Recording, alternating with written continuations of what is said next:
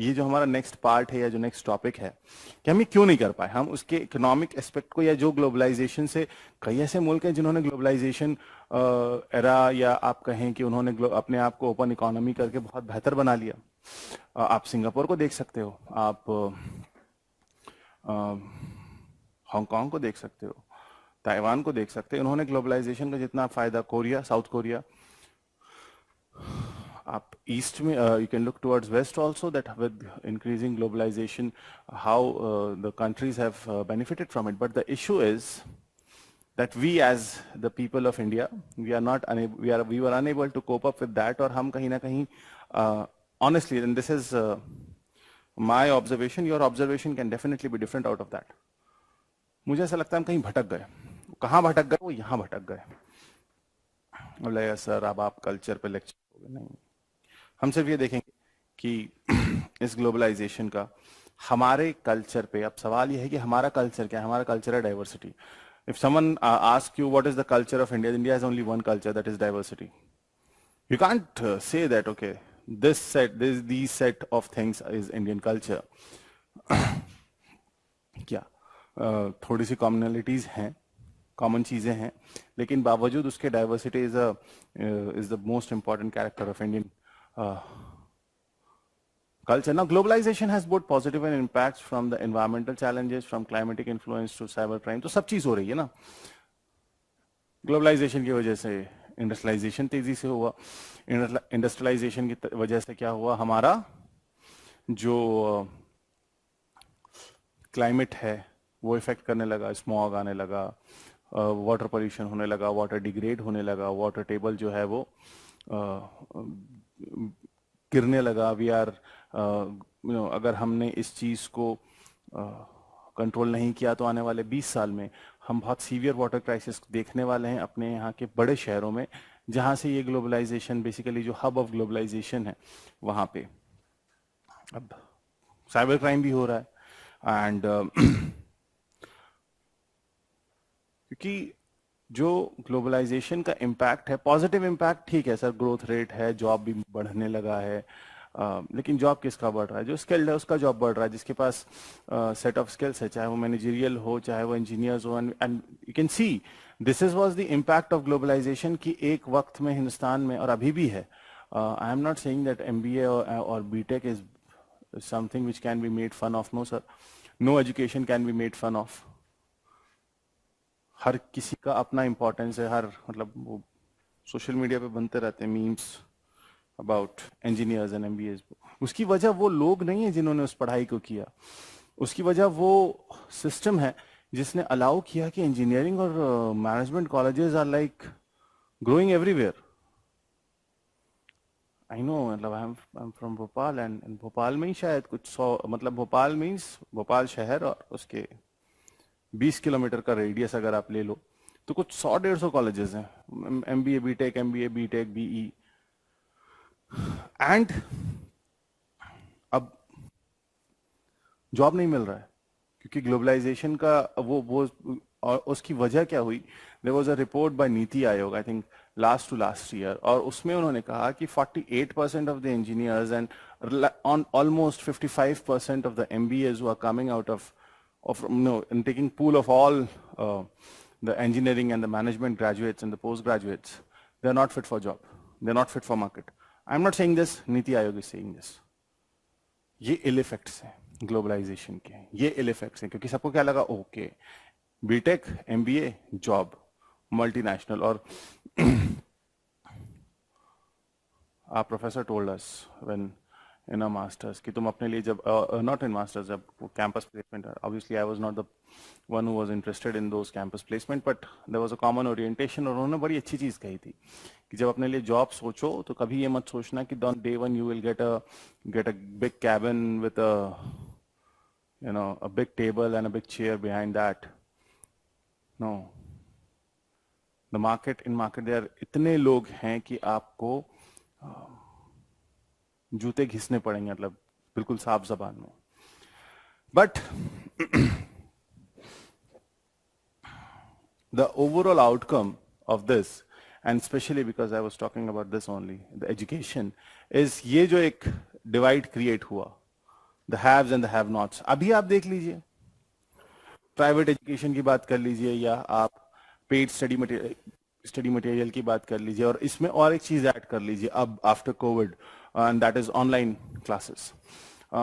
Last week I was just watching a report of BBC, और उसमें बड़ा अच्छा एक कंपैरिजन था। उन्होंने एक कंपैरेटिव स्टडी की थी। They went to a village, a remote village in Jharkhand. They went to a mohalla of Ghaziabad, and they went to a high-rise society of Noida.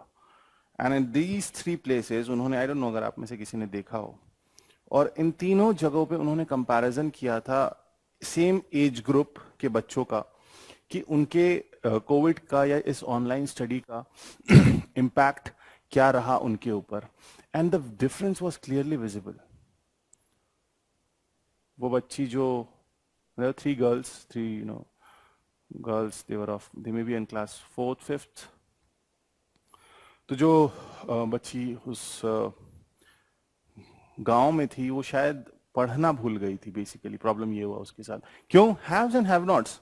सरकार ने कह दिया कि आप ऑनलाइन स्टडी कर लो बच्चे, और हम पिछले, and I am telling you ना, this is because we are taking the society part, and in that मैंने खुद देखा कि हम 2019 से पहले, 2020 से पहले लगभग, हम क्या कह रहे थे, बच्चों को मोबाइल से दूर कैसे रखा जाए। पेपर में आर्टिकल्स आ रहे थे कि बच्चों को मोबाइल एडिक्शन होता जा रहा था, और कि बच्चों को मोबाइल से दूर कैसे रखा जाए। और क्या हुआ?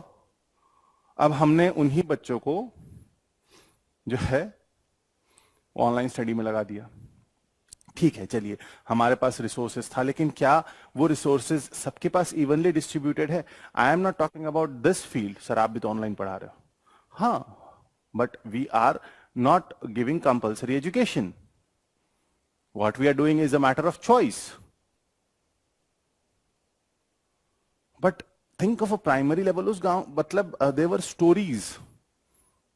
Even, I personally, well, I should not say this on camera, but the house help that was coming to our home, starting में उसने कहा भैया बंद तो हो गया है सब, लेकिन बच्चे के पास मतलब दुकानें भी नहीं खुली। June last year, June July last year, और हमारे पास तो वो, she was having that basic phone, then we were having a spare phone, तो गिव हर कि नहीं, बच्चे की पढ़ाई नहीं रुकनी चाहिए लेटर ऑन। लेकिन क्या ये एक्सेस नहीं था ना वो गांव के बच्चे के पास? वो कहाँ से? देयर वर स्टोरीज जहां लोगों ने अपने, मतलब किसान ने अपनी बैल बेच दिए कि बच्चे को मोबाइल दिला सके ताकि वो पढ़ सके। This is the impact, this is the access of education को जो हमने हैव्स और हैव नॉट्स में डिवाइड कर दिया।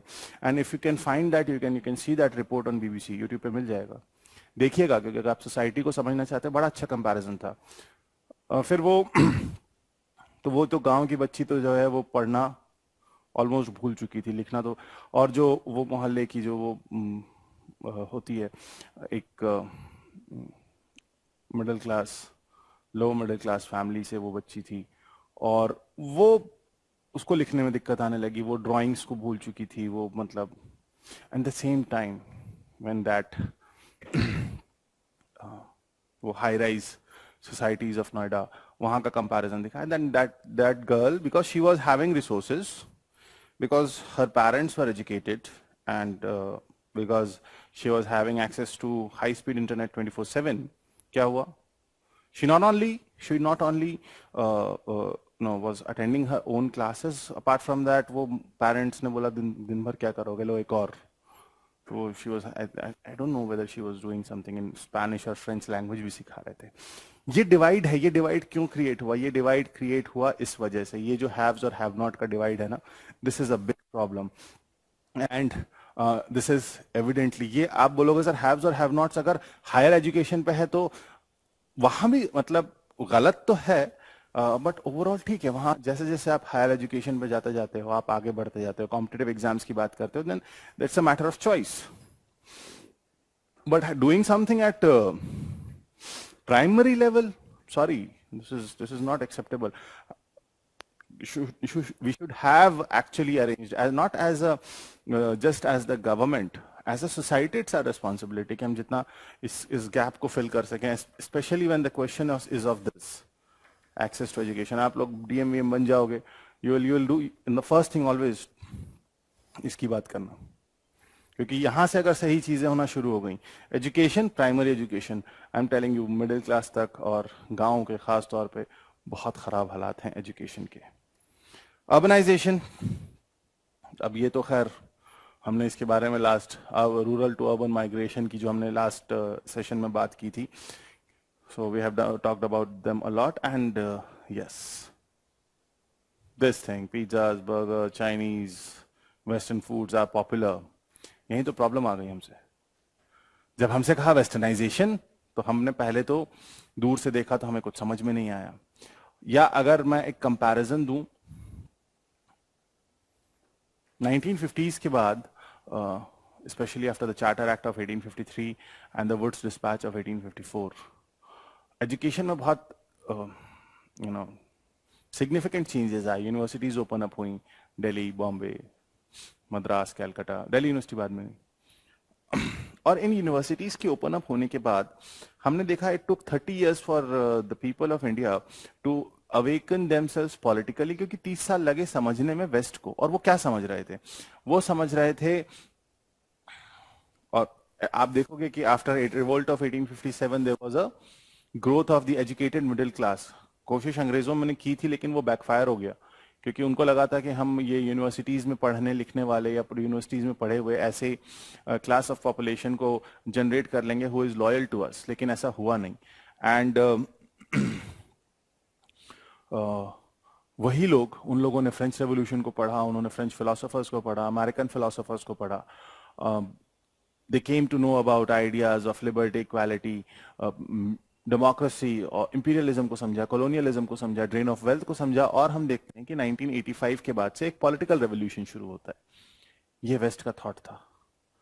हमने आजादी के बाद और खासतौर पे 90s के बाद, जब हमने एलपीजी या अपने इकोनॉमिक लिबरलाइजेशन के बाद, हमने क्या समझा? वेस्ट का मतलब है पिज्जा, वेस्ट का मतलब है बर्गर, वेस्ट का मतलब है ब्रांडेड क्लोथ्स, वेस्ट का मतलब है watching those web series.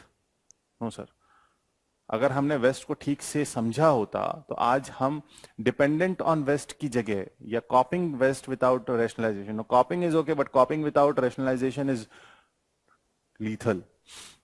So we did this, we had food, we had western food को हमने पॉपुलराइज किया। बुरी बात नहीं है, लेकिन at what cost, that is more important. Clothing, cuisine बदला, क्लोथिंग बदला। लैंग्वेज के बारे में अभी बात नहीं करेंगे, आगे वाले पार्ट में we are talking about them in a bit more detail. Music की बात करेंगे तो ठीक है,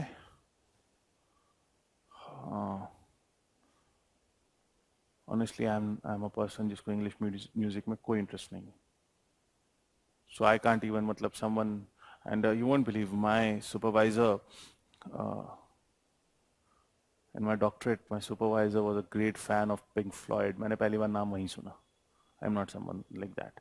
लेकिन फ्यूजन हो रहा है ना, फ्यूजन हो रहा है।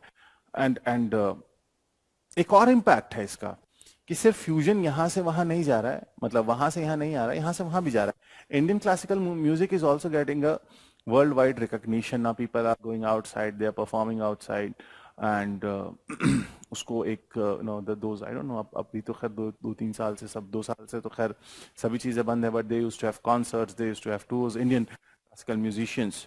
एंड अब तो जो फ्यूजन म्यूजिक है, this one, fusing Indian music along with western music, it encourages them, western music, western dance forms। तो अब इंडियन आइडल, वो अमेरिकन आइडल का आया, डांस शोज जो हैं वहां से आए, बिग बॉस भी वहीं से आया। सो ये सब कल्चरल कहना चाहिए चेंज को जो है डिपिक्ट करते हैं। फैमिली स्ट्रक्चर, अब यहां पे असल प्रॉब्लम आती है। हमारे यहाँ कुल का कंसेप्ट था, मतलब जैसे दादाजी होते थे, 4-5 बेटे, जो है joint family, and that joint family system still found in the rural India, you can find them. And अगर आप कल्चरल डेवलपमेंट की बात करोगे तो दोज जॉइंट फैमिलीज और the joint family system was very critical in preserving the culture. I'm not saying Indian culture as a whole, but yes, it was preserving the culture. लेकिन फिर क्या हुआ, urbanization होने लगा, globalization का impact जो वो दिखने लगा, financial independence की बात आने लगी। और फिर क्या हुआ, हमारी ये वाली न्यूक्लियर फैमिलीज जो हैं ये आने लगी।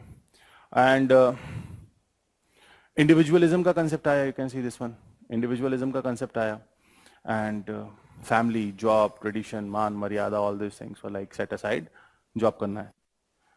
तो पहले अब क्या होने लगा, गांव से भी माइग्रेशन की, इसीलिए तो हो रहा है।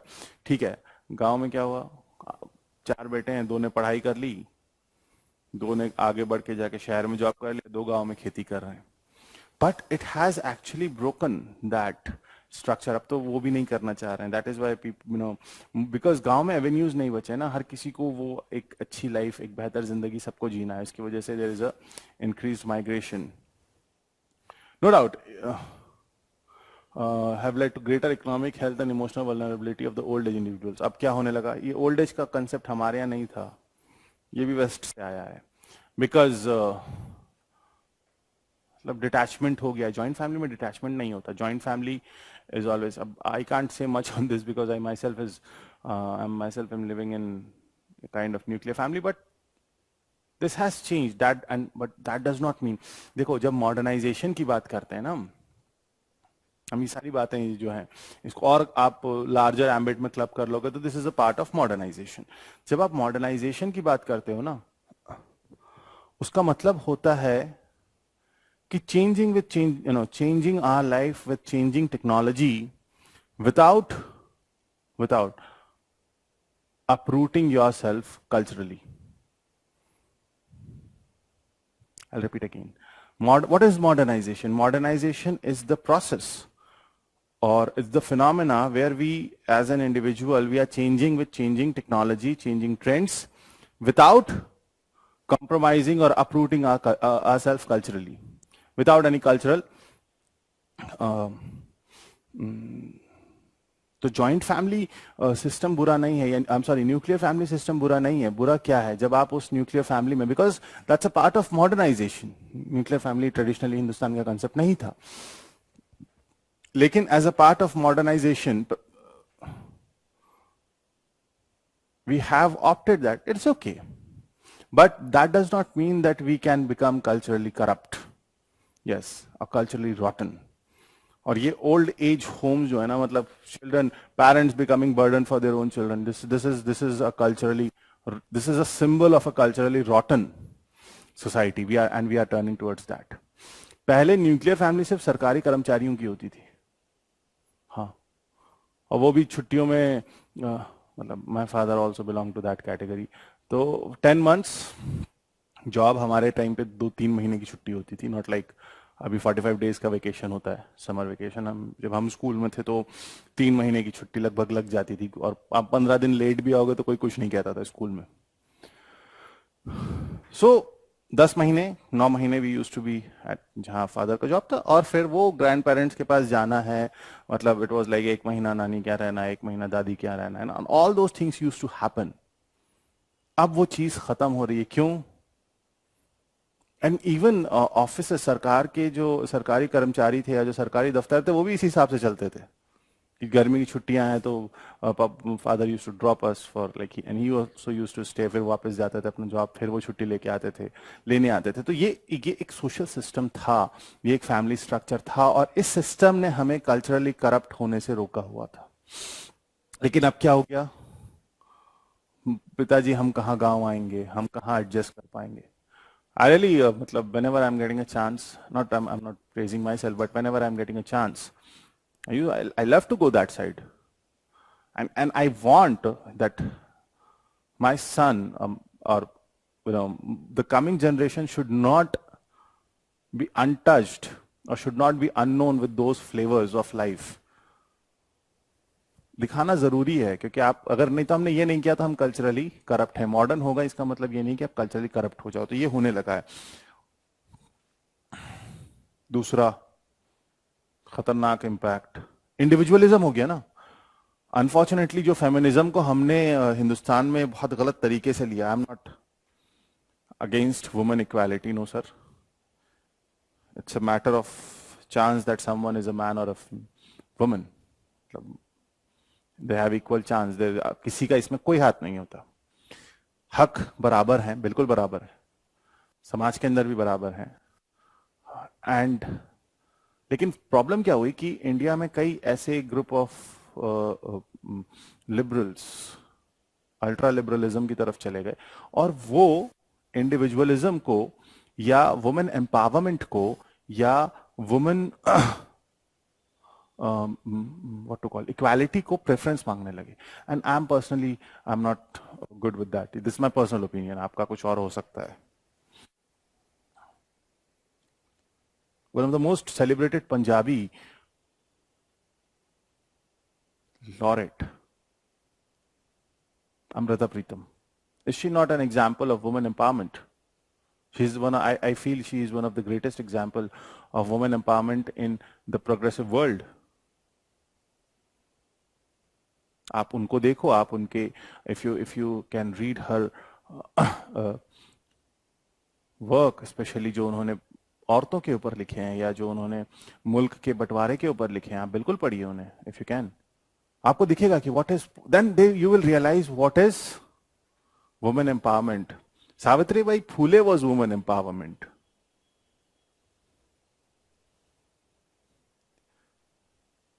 वो तो उस दौर में बच्चियों को पढ़ाने की बात कर रही थी जब शायद बच्चियों को पढ़ाना भी जो है वो मतलब बच्चियों का घर से बाहर निकलना जो है वो गुनाह समझा जाता था, और एक एक किसी मजहब में नहीं, सब में। That is women empowerment.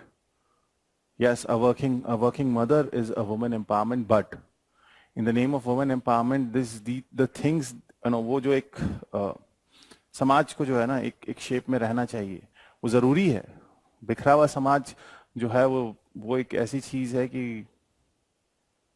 It's like a bunch of grapes, बिखरेगा, खराब होना शुरू हो जाएगा। उस बंच में रहेगा समाज, खूबसूरत दिखेगा और यूजफुल दिखेगा, उसकी वैल्यू ज्यादा होगी। And marriages have lost their values. In India, marriage is not just a social contract, it's a religious sacrament. और हमारा ये जो रिलीजियस सेक्रामेंट है कहीं ना कहीं, या जो एक इसको जो एक रिलीजियस सैंक्टिटी मिली हुई है, वो कहीं ना कहीं अब रिड्यूस होने लगी, और ये एविडेंट है with increased cases of divorce. I can say this because I have many lawyers in my family, और वो कहते हैं कि ये, और छोटी छोटी बात, ऐसा नहीं कि कोई बहुत बड़ा हो गया किसी ने, तो पहले divorce was a evil, and I believe it should be an evil, but अब common हो गया है। Well, people celebrate, like right now, a few days back, I saw a very big film celebrity, I'll not take the name, and they were like, they are coming and they are celebrating their divorce. Sir, what you are doing, sir? 7 जन्मों का साथ होता है, होना चाहिए, it should be that, मतलब ये हिंदुस्तान का कल्चर ये है, लेकिन इसने हमें खराब किया, इसमें कोई शक नहीं है। Without anything, marriage is the most important institution and marriage is the most important event in anyone's life.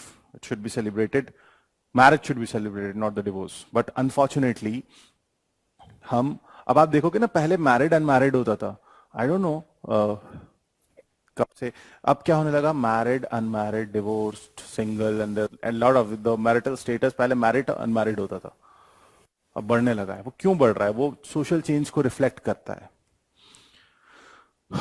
Yes sir, इनकी तो खैर जितनी बात की जाए उतनी कम है, हमारे पास टाइम कम है, लेकिन साइकोलॉजिकल, सोशल और cultural influence of our society जितना मीडिया ने डाला है, मीडिया का मतलब सिर्फ न्यूज नहीं है, म्यूजिक है, मूवीज है, videos from around the world they are coming, वहां ऐसा होता है, वहां ऐसा होता है, अच्छी चीज है, हमको उसको देखना चाहिए as a matter of increasing our knowledge about the other cultures of the world, not as we can copy paste it.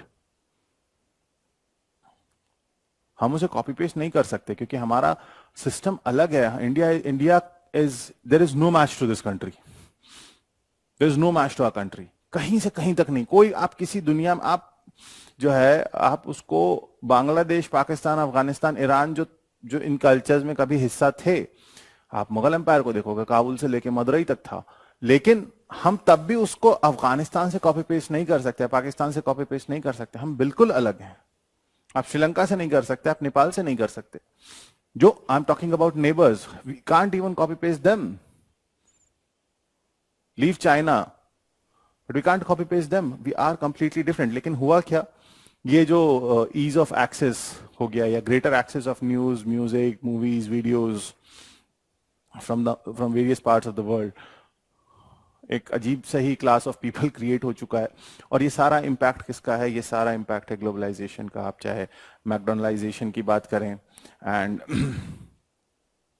आप वॉलमार्ट की बात करें, ये चीजें आ रही हैं and they are changing our lives considerably, they are having a greater impact of our life. It is neither totally positive nor totally negative. The impact of globalization is neither totally positive nor totally negative. It is, it's a balance between somewhere. कुछ कहीं आप देखोगे तो globalisation का overall impact अगर एक उसमें कहें तो हाँ, ये हमारे कल्चर को इफेक्ट कर रहा है। जो पॉजिटिव चीजें, बिल्कुल हम लिबरेशन को ऑप्ट कर सकते हैं, हम लिबर्टी को ऑप्ट कर सकते हैं, हम इक्वालिटी की बात कर सकते हैं, हम इन चीजों को ऑप्ट कर सकते हैं, but we have to Indianise that. Complete copy paste करेंगे तो कहीं ना कहीं हमें वो थोड़ी बनना है जो वो है। हमें उस आइडिया को, हम अगर इक्वालिटी की बात करते हैं या हम लिबर्टी की बात करते हैं, जैसे हमने सोशलिज्म को इंडियनाइज किया, वेस्ट का कंसेप्ट है इक्वालिटी, या अगर जो कम्युनिज्म या सोशलिज्म की बात करें तो वो कहते थे इक्वल डिस्ट्रीब्यूशन ऑफ वेल्थ। हम Nehru ji said at the time of independence, how can we talk about equal distribution of wealth? I have to think about equal distribution of poverty when the planning was going on. That is why we Indianize the socialism and we talk about equality of opportunity. We talk about giving special preferences to certain backward sections of the society. अब देखो उनका upliftment हो रहा है। क्यों? क्योंकि हमने concept socialism में, सोशलिज्म कहां से आया? वेस्ट से। हमने क्या किया? उसे इंडियनाइज किया, चल गया, अच्छे से चला और अभी भी चल रहा है। लेकिन जिन जिन चीजों को हमने कॉपी पेस्ट कर दिया without Indianising that, we are lost.